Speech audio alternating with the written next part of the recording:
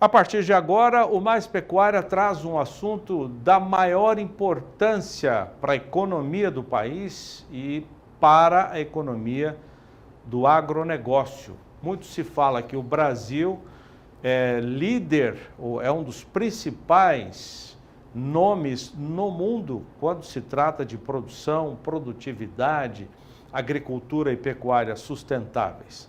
Porém, há um entrave muito grande, que é, apenas para reduzir, o escoamento dessa produção gigantesca.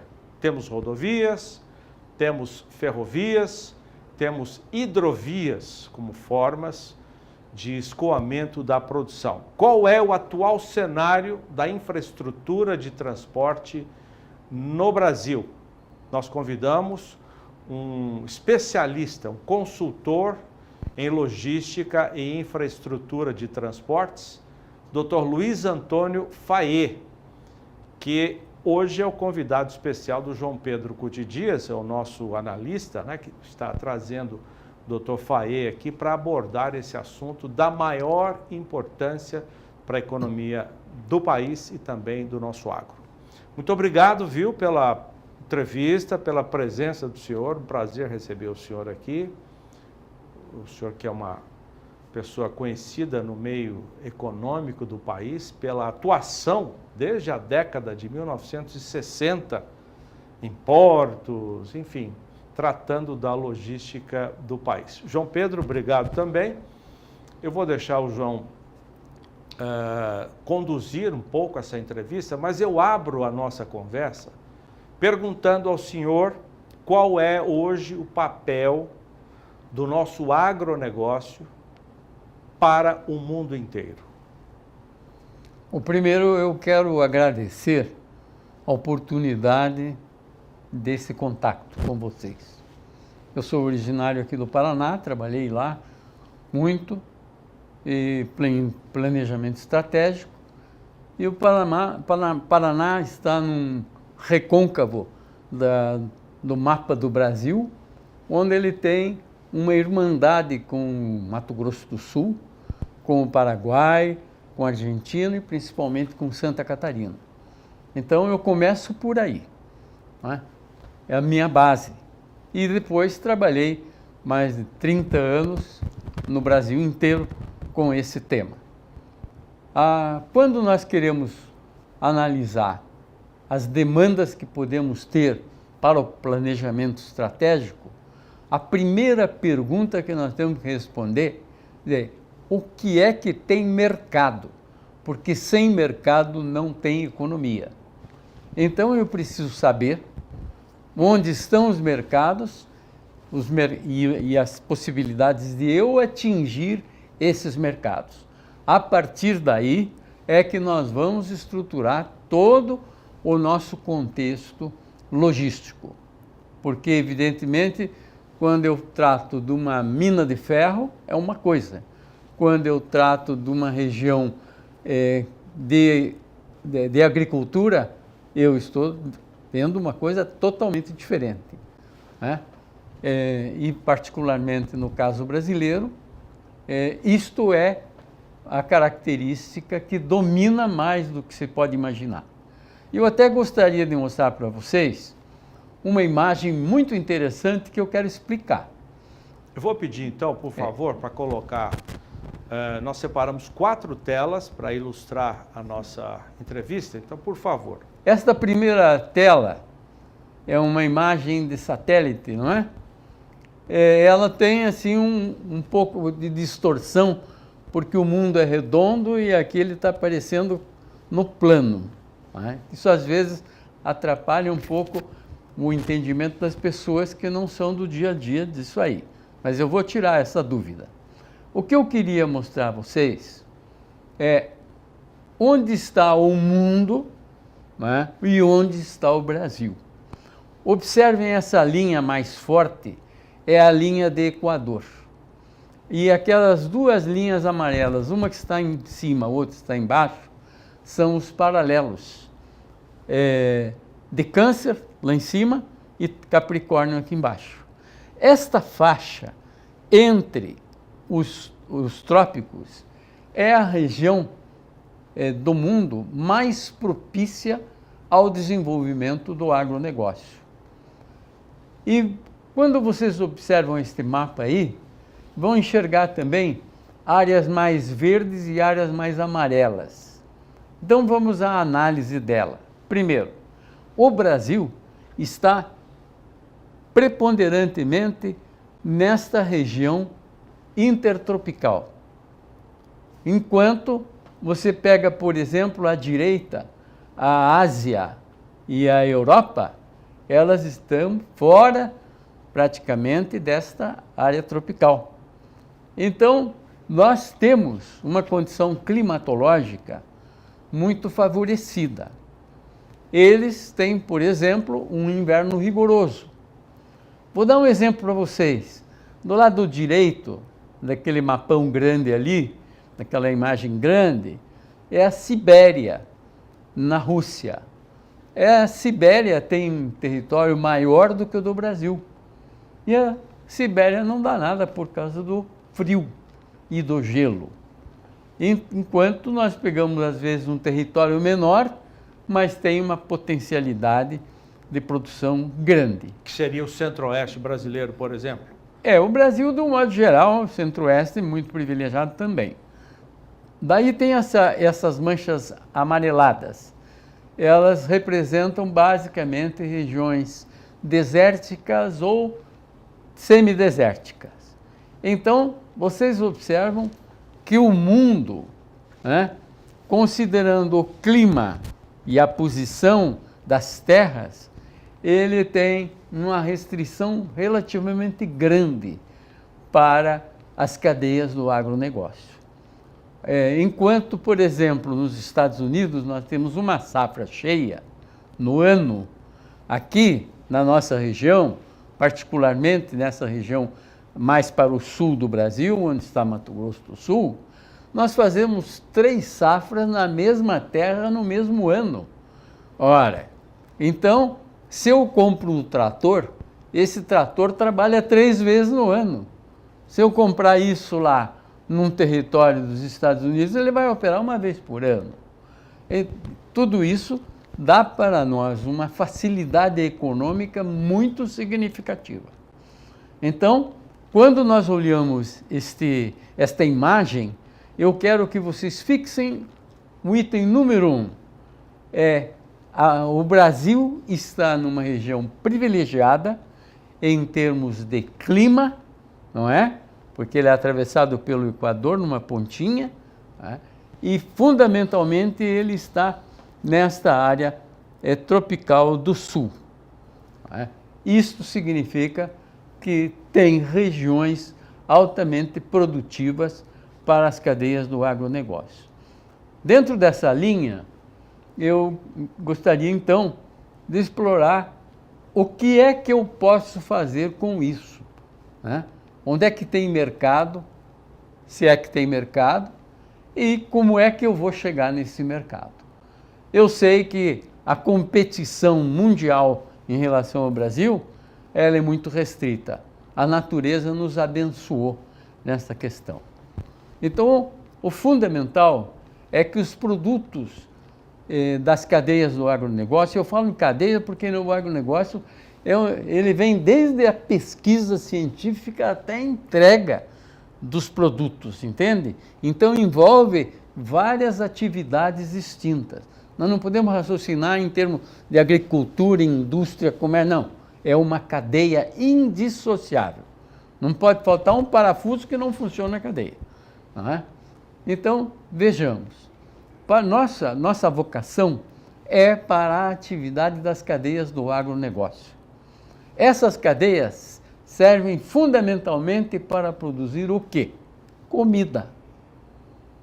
Existe esse mercado de comida? Vou dar uma base para vocês. De 1950 até hoje, a população mundial multiplicou por 3. Ora, o número de bocas multiplicou por 3. O setor rural, ele tem uma vantagem. Ele dá, no setor de alimentos em particular, um tipo de produto que tem que ser consumido mais ou menos igual o ano inteiro. É uma coisa diferente de uma fábrica de automóveis, de uma fábrica de computadores, essas coisas assim.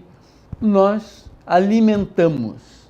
E esse mercado é um mercado que tem estabilidade, porque ninguém pode deixar de comer. Se parar de comer, morre. Então, para nós, tem mercado. O mercado cresceu violentamente nesses 70 anos e ele cresce ainda em dois sentidos, quantitativo e também na sofisticação dos produtos que são vendidos no mercado. Essa é a grande vantagem que o Brasil leva. Existe mercado e nós temos uma base física que a natureza nos deu para atirar nesse mercado. Essa é a premissa de tudo. Se eu tenho mercado, eu agora vou saber como é que eu vou produzir, porque cada pedaço do mundo tem uma característica em particular. Eu preciso saber um lugar onde chove mais, chove menos, o solo é mais arenoso, mais argiloso, né? E tudo isso tem uma influência muito decisiva. Quando eu olho o caso brasileiro, nós temos uma faixa de ambientes que nos facilita produzir diversos tipos de produtos. E essa é a base da economia do Brasil.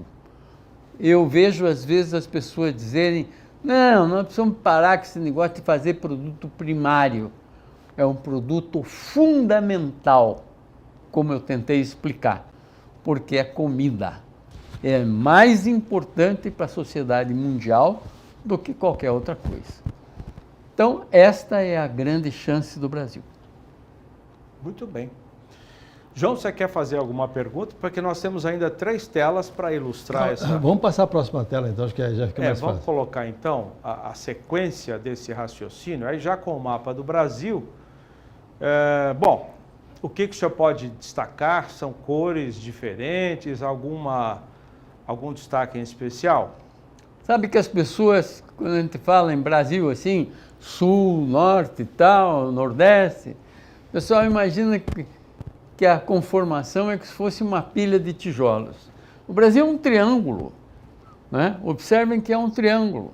Então ele tem características muito particulares. Várias regiões que têm suas características que favorecem alguns produtos e não favorecem para outros tipos de produtos. Nós conseguimos, nesses últimos 50 anos, deixar de ser importadores de comida e passamos a ser produtores, a tal ponto que hoje o Brasil, num período de 40, 50 anos, passou de importador a maior exportador mundial das cadeias do agronegócio. Isso não é brincadeira, isso é muita coisa. Porque quando eu tenho um mercado para comida, para produzir essa comida eu vou precisar de transporte, eu vou precisar de tecnologia, vou precisar de fertilizantes, vou precisar de defensivos, vou precisar de armazenagem, vou precisar de comercialização, de serviço bancário, vou precisar de tudo. Então, vamos dizer assim, é o elemento chave para carregar as cadeias produtivas. E nós temos diferenças na nossa geografia. Eu, por exemplo, eu particularmente estou no Paraná, sul do Brasil, mas o Mato Grosso do Sul tem uma parte ligada muito forte com o Paraná. Então, essa nossa região, ela tem essa característica de poder fazer 3 safras no mesmo ano na mesma terra, fazer uma alternância. Isso é uma maravilha para nós. Então, nós nos especializamos em alguns tipos de lavouras. A tecnologia expandiu nesses últimos 40 anos algumas lavouras para outras regiões. Por exemplo... O trigo, vamos falar do trigo, que no Paraná hoje está no Ceará, está Exatamente, no no trigo, a soja, tudo isso, nós conseguimos desenvolver variedades que se adaptaram a isso aí. E elas ainda vão nos surpreender muito mais do que já surpreenderam. Então, hoje, o Brasil é o grande fornecedor do mercado internacional. Onde é que está o nosso problema? O nosso problema está em sair da porteira da fazenda e chegar na mão do consumidor, aonde esse consumidor esteja. Não é? Isso falando do Brasil, imagina para outros lugares. Exatamente. Então, este é o grande drama. E como nós somos exportadores, os maiores exportadores do mundo, nós temos que estar de olho não só no mercado interno, que isso é uma coisa resolvida. Nós temos que ver onde é que nós vamos pegar mercado para vender e trazer riqueza para o nosso país. E aí eu gostaria que vocês olhassem esse mapa e vamos nos fixar um pouco no Mato Grosso do Sul. Eu gostaria que vocês analisassem ali também onde está o Paraguai, certo? Neste mapa. Olhem o Paraná, Santa Catarina e Rio Grande do Sul, isso aí formando um conglomerado muito parecido em termos de condições ecológicas e que favorecem o mesmo tipo de atividade. Essa região é a região mais forte do agronegócio brasileiro. Dou um exemplo dos números do Paraná, que o Mato Grosso do Sul não estou de cabeça. Mas no Paraná, por exemplo, tem 2,4% do território brasileiro e tem 11% do PIB agrícola. Quer dizer, agrícola não, do agro, né? Desse total todo. Então, isso significa que nós somos mais vocacionados para isso. Se nós somos vocacionados, então vamos ver como é que nós conseguimos chegar. Qual é o nosso problema? O nosso problema é chegar no mar. Nós temos que sair do interior e chegar no mar com o menor custo possível, porque a navegação internacional, ela é padrão no mundo inteiro e competitiva. Agora, a parte interna é onde estão os nossos problemas. O Brasil está em colapso portuário. Estamos em colapso portuário, certo? Algumas regiões. O senhor fala portos tradicionais, como os do Sul, ou isso inclui também os portos do Arco Norte? Todos os portos, todos os portos. São diferentes as razões, mas eu vou explicar assim rapidamente. Por exemplo, no Arco Norte, eu trabalhei na modelagem do porto do Tegrano, que é no porto de São Luís do Maranhão, e trabalhei em Outeiro, em Belém do Pará, certo? Isso faz uns 13 para 14 anos que eu fiz o projeto dos dois, defendi no Tribunal de Contas da União, defendi em todas as instâncias, certo? No Maranhão, nós já estamos na terceira fase. Outeiro não saiu ainda nem 1 centímetro do que poderia marchar. Então, lá... Mas por quê? É questão burocrática, legislação ambiental, o que atrapalha? São decisões políticas. Políticas. Decisões políticas, entende? O Maranhão tomou a iniciativa, tocou fogo no negócio e hoje ele está fazendo a terceira fase do Tegran, certo? O Tegran, na 4ª fase, ele ultrapassa o Porto de Paranaguá, né? Então, essa região ali, esse é um exemplo que eu dou. Nessa região ali, nós estamos com deficiência de portos.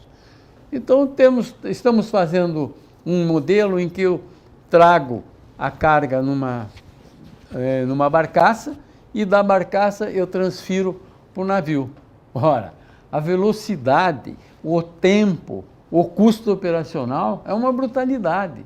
Se eu tiver um cais, se eu tiver shiploaders, que são aqueles carregadores, né, fazendo 2.000 toneladas por hora, então eu tenho um custo lá embaixo. Então essa região, ela tem a dificuldade de colocar nos navios os produtos. Mas tem outros problemas também. Agora vamos chegar um pouco mais para a nossa região, que eu quero dar uma ênfase particular ao caso dessa faixa nossa aqui. Na nossa região, o problema fundamental está nas vias de acesso aos portos. Esse é o item número 1. Eu, para chegar em Paranaguá, eu tenho que enfrentar buraco, rodovias com pedágios altíssimos, deficiências de construção. Então, isto prejudica violentamente. Nós temos um dado de uns 5 anos atrás, que o custo da porteira da fazenda até um porto de embarque no Brasil é 2 a 3 vezes mais caro do que na Argentina e nos Estados Unidos. Esse encarecimento é renda que nós tiramos da produção básica. Daí fica o pessoal reclamando que a taxa de juros está alta. O que está mesmo massacrando o setor rural é a deficiência logística, porque é perda de dinheiro, né? Está jogando dinheiro na ineficiência. No caso da ligação com Paranaguá, para que vocês tenham uma ideia, quase todos os dias tem um acidente, quase todos os dias tem uma interrupção. Então, o que eu poderia fazer numa jornada de caminhão, eu levo às vezes 2 dias para fazer. Isso significa o quê? Custo. Quem vai pagar essa conta? Não é o comprador, é quem forneceu que vai perder o dinheiro. Então, se nós não resolvermos a logística, eu dei esse exemplo que é mais fácil de ser entendido, não é? O que acontece? Nós tiramos dinheiro do produtor rural e jogamos no lixo essa riqueza que nós poderíamos nos beneficiar. Agora, com uma mudança nesse processo, particularmente no setor rodoviário, isso muda radicalmente. E eu quero explicar para vocês uma questão que também levanta dúvida, que é que ferrovia, rodovia, tal. Cada lugar tem, e cada produto tem o melhor tipo de logística particular para si. Não podemos, então, generalizar. Dizer que a grande solução para o Brasil são as hidrovias, ou são as ferrovias? Elas são fundamentais para a região lá de cima. Agora, quando chega na nossa região aqui, o fundamental é a rodovia. Eu fiz um trabalho há 3 anos atrás para a Assembleia Legislativa do Paraná sobre as demandas logísticas. E constatamos o seguinte: mais de 70% dos fretes contratados no estado são de menos de 50 quilômetros. Por quê? Por causa do tipo de atividade econômica. Eu não posso generalizar. Quer dizer, essa região Paraná-Santa Catarina, qual é a especialidade? Frango, suíno e lavouras. Mas, fundamentalmente, frangos e suínos. Não é? Isso determina uma logística que leva a ração, leva adubo, vai buscar o leite, vai buscar o franguinho, que está muito vinculada a isso. Ou vai pegar o franguinho lá no criatório e levar para o frigorífico. Agora, quando sai do frigorífico, ela dá um tiro.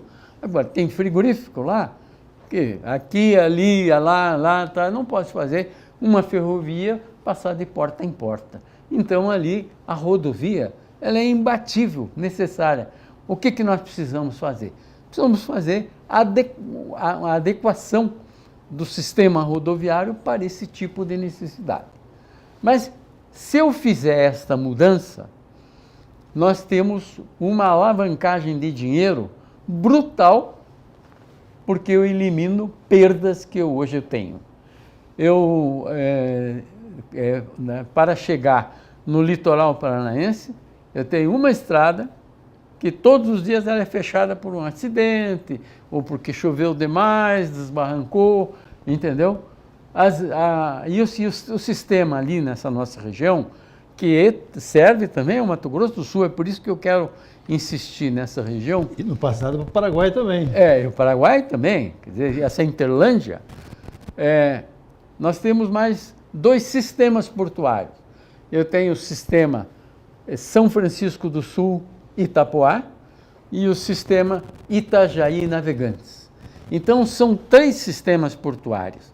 Eu preciso chegar nesses sistemas portuários. E hoje todas elas estão com condições precaríssimas, né?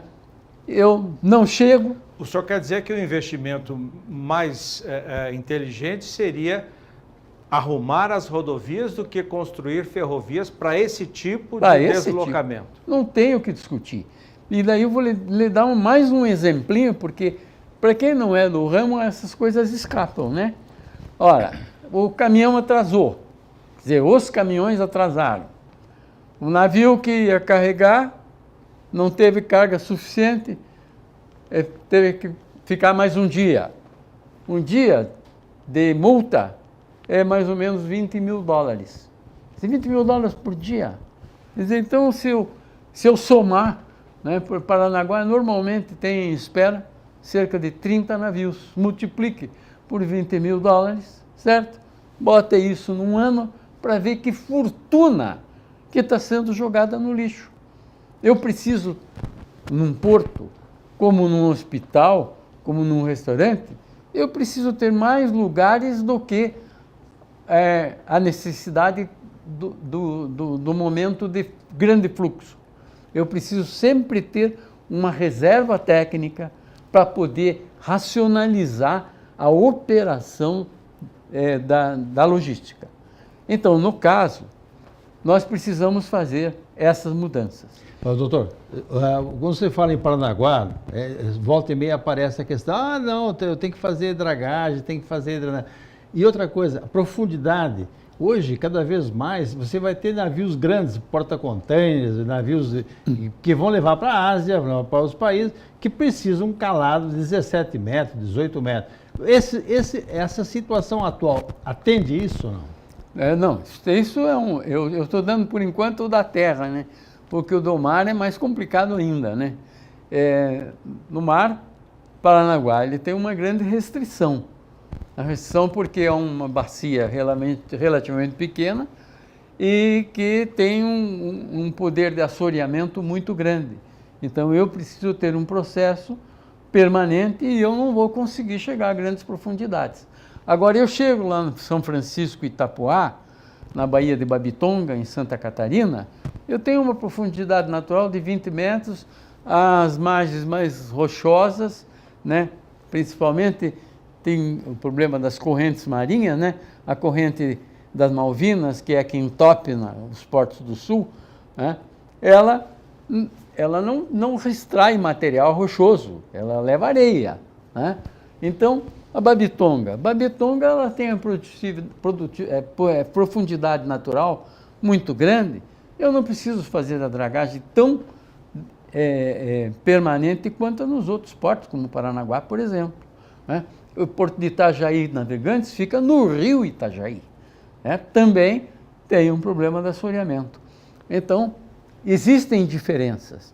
Agora, nós temos condições de resolver isto e definir, por exemplo, São Francisco, Itapoá, tem a vocação para navios de grande porte, principalmente no campo de containers. Containers que atendem o setor de carnes, madeira, basicamente, né? São os produtos que mais das cadeias do agro atingidas por eles, né? Então, nós precisamos fazer rotas para todos esses sistemas portuários e rotas de alta eficiência, porque com isso nós reduzimos o custo logístico e com essa redução nós enriquecemos mais a nossa sociedade. Os portos que nós estamos tratando estão em colapso. Paranaguá está em colapso. Faz uns 5 anos que o volume de soja exportado praticamente é o mesmo. Por quê? Porque não tem condições de chegar lá, né? Então, está acontecendo o crescimento de São Francisco do Sul, que tem maior competitividade. Mas o importante é fixarmos na cabeça que se nós não resolvermos o problema interno, nós não conseguimos chegar na beira do mar. Mas quais seriam os caminhos para essa solução? Nós precisamos fazer corredores. O governo federal lançou agora um programa de rotas, certo? Eu, há 2 anos atrás, lancei uma ideia de rotas. E até eu acho que é o 3º slide que eu tenho, né? Vamos pedir para colocar, então. Então, olha aí. O que são as rotas? Vocês observem, essas linhas azuis, elas, quando chegam na beira do mar, elas se dividiram em 2 áreas, 2 riscos. O de cima atinge Paranaguá, o de baixo atinge os portos de São Francisco e de Itajaí, né? Eles fecham para o interior e funciona como um funil, certo? Que vem até um certo ponto e depois abre um funil ao contrário para disparar. Quer dizer, São Paulo seria mais para o porto de Paranaguá e o Centro-Oeste, Mato Grosso do Sul, Cuiabá, Mato Grosso, seria para o porto de Santa Catarina, que ainda é pouco desenvolvido. Isso é uma outra coisa que eu quero chamar a atenção. Olha o mapa amarelo ali em São Paulo, ele está fora desse recôncavo, sabe? Essa entradinha que nós temos ali no mapa do Brasil, certo? Ela atinge Mato Grosso do Sul fortemente, não é? O Paraguai, nordeste da Argentina, Santa Catarina, Paraná. Esse é o conglomerado que é atingido por essa ideia, esse projeto que está aí. O que acontece? Eu preciso fazer um sistema rodoviário de alta eficiência, porque, conforme eu expliquei, nesse tipo de atividade econômica, eu preciso mais caminhão do que qualquer outra coisa. Então, eu com a rodovia, eu atendo aquele tráfego vai e vem nas propriedades e também atinjo o tráfego de alta frequência para os sistemas de exportação. Então, aí está o desenho. Para a nossa região, e Mato Grosso do Sul é beneficiário disso, eu vou trabalhar com 3 portos, o que dá concorrência e permite que haja até uma redução de custos portuários, e nós conseguimos criar os grandes eixos que depois vão ser complementados por rotas estaduais, municipais, certo? Essa é a ideia que nós demos o apelido de Rota Trinacional de Itaipu. É uma ideia que eu desenvolvi há 2 anos. É o que está no círculo que o senhor fez? Rota, hein? É o que está nesse círculo que o senhor fez? Pega o Paraguai, pega Paraná, isso. Mato Grosso do Sul. Exatamente. Pela análise econômica que nós fazemos, não é? Esta rota é o caminho mais econômico para esta área que ela está atingindo ali, certo? A rota bioceânica que hoje estão trabalhando, ela teria algum acesso a esse círculo? Rota bioceânica rodoviária ou ferroviária? O que se está trabalhando mais hoje é a rodoviária. Rodoviária. Né? A rodoviária, ela não compete conosco, porque eu vou mostrar depois um mapinha, eu tenho uma área muito grande para chegar na Cordilheira dos Andes, que fica no litoral do Chile, quase no litoral do Chile e do Peru, certo? Então eu tenho uma região muito grande para andar e uma região que não tem produção na escala que poderia ter. E lá a riqueza é mais mineral do que rural, não é? E também a Cordilheira dos Andes é uma barreira natural terrível, porque ela tem altitudes de 3.000, 4.000 metros, e para eu passar com um trem, com um caminhão, nesse negócio, eu tenho que ficar dando volta para chegar lá em cima e depois dando volta para descer. Então, eu fazendo o trajeto via marítima sai mais barato do que o rodoviário. Eu considero que essas rotas para esses países e para chegar no Pacífico, elas têm uma função diferente. Para o agronegócio, o nosso interesse está no Oceano Atlântico. É o litoral do lado direito aqui. Mesmo a produção de Mato Grosso, por exemplo? Mesma produção de Mato Grosso. Eu diria que uma partezinha lá de cima pode ter um certo interesse. Eu tive a oportunidade de trabalhar um tempo no Chile, um tempo curto, mas conheci a palmo o Chile de ponta a ponta, um pedaço do Peru e a Argentina, certo? A cordilheira é uma barreira natural terrível, sabe? E conheci, inclusive, os terrenos, tal. Lá não tem produtos rurais nessa região da cordilheira. Inclusive, eu tenho visto aí anúncios que estão sendo feitos portos no Peru e que vão puxar a nossa carga. Não puxar coisa nenhuma. Aqueles portos do Peru é para minério e derivados de minério. Porque ali não existe base rural e não existe condições de eu fazer essa travessia terrestre que tem um custo brutal. Então eu tenho que jogar no oceano, aproveitar na parte norte do Brasil as hidrovias e na parte sul, que as distâncias são mais curtas, eu tenho que fazer um sistema mais eficiente. Em alguns lugares eu não excluo a ferrovia, mas só quero dizer que a rodovia é o item número 1. Sem a rodovia nós não conseguimos nada. Eu sem a ferrovia posso não conseguir exatamente tudo, né? E este projeto é um projeto que eu acho que interessa muito a Mato Grosso do Sul, porque nós conseguiríamos baixar os fretes internos. Se eu baixo o frete interno, é riqueza que fica da porteira para dentro, e consigo reduzir fundamentalmente o tempo de ligação entre a propriedade e o porto, que é um dos itens de encarecimento, inclusive, mas também porque ele gera a necessidade de uma infraestrutura que, quando eu tenho velocidade, eu não preciso igual.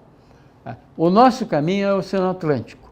É esse litoral que eu digo para vocês aí.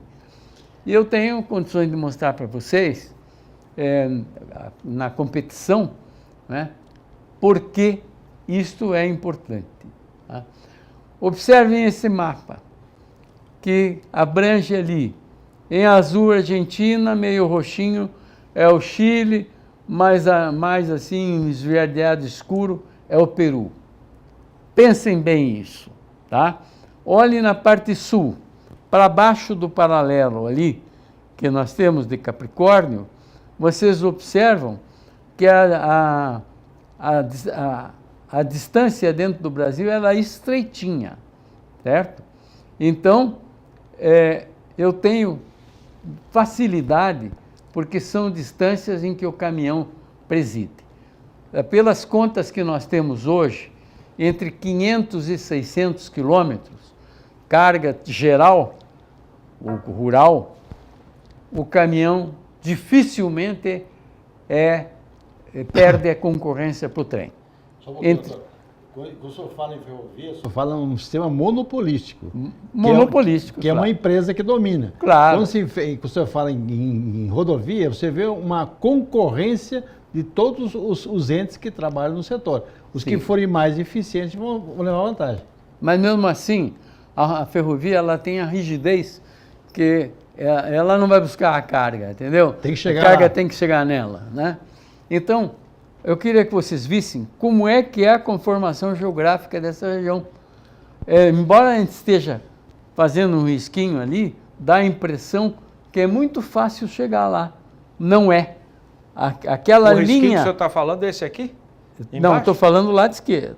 Lá de esquerda, lá o Chile, mostre o Chile. Ah, sim, aqui. Aí é a Cordilheira dos Andes. Sim. Aí são montanhas que vão 4, 5 mil metros de altitude. Imagine atravessar esse negócio, né? 100 quilômetros andando nisso aí. Tem um detalhe, no inverno, alguns lugares pega 4, 5, 6 metros de neve. Tudo isso é um obstáculo. Ao passo que se eu sair no mar, eu dou a volta por baixo e chego no Oceano Pacífico. Ou para ir para... Deixa eu ver, vamos colocar aqui só um pouquinho, o Lincoln, para ver se é isso que o senhor está querendo dizer. Para vir da direita para a esquerda tem essa barreira natural. Sim. Que é cordilheira, que é neve. Aí seria, por exemplo, sai do Porto de Santos ou do Paranaguá, vem por aqui, é isso? Isso. eu posso sair por aí para chegar no Pacífico. Agora, normalmente a rota que está sendo utilizada para a Ásia é essa desenhada em azul aí, que é uma... Essa aqui, essa linha que está é uma em linha azul. só para dar ideia, sabe? Ela não tem uma precisão técnica no desenho, mas é só para as pessoas enxergarem. Então, esta rota, ela determina o seguinte: eu preciso portos que comportem navios maiores, porque navio pequenininho o custo fica muito alto. Então eu preciso de navios de 120 mil toneladas, ou seja, 3 mil carretas, não é isso, São Pedro? Quase, 50 toneladas, 3 milhões e 150 toneladas, 150 mil. Então, eu preciso de navios de 120 mil toneladas.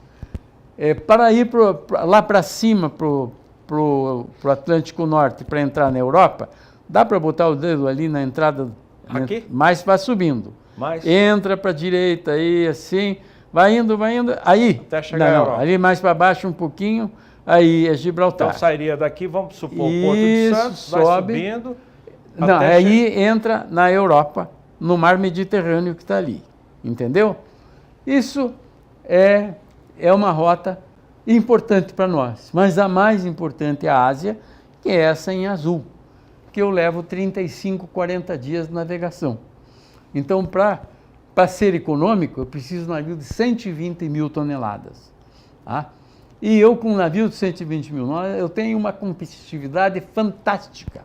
Essa é a navegação que está crescendo. Quando eu saio com minério de ferro, por exemplo, do Maranhão para a Ásia, eu saio nessa rota, certo? Desce e passa para... saio com um navio de 300 mil toneladas. Não é brincadeira. 300 mil toneladas. Eu estou falando anteriormente 120 mil com o chamado Cape Size, tamanho Cabo da Boa Esperança, né? Que fica no sul da África.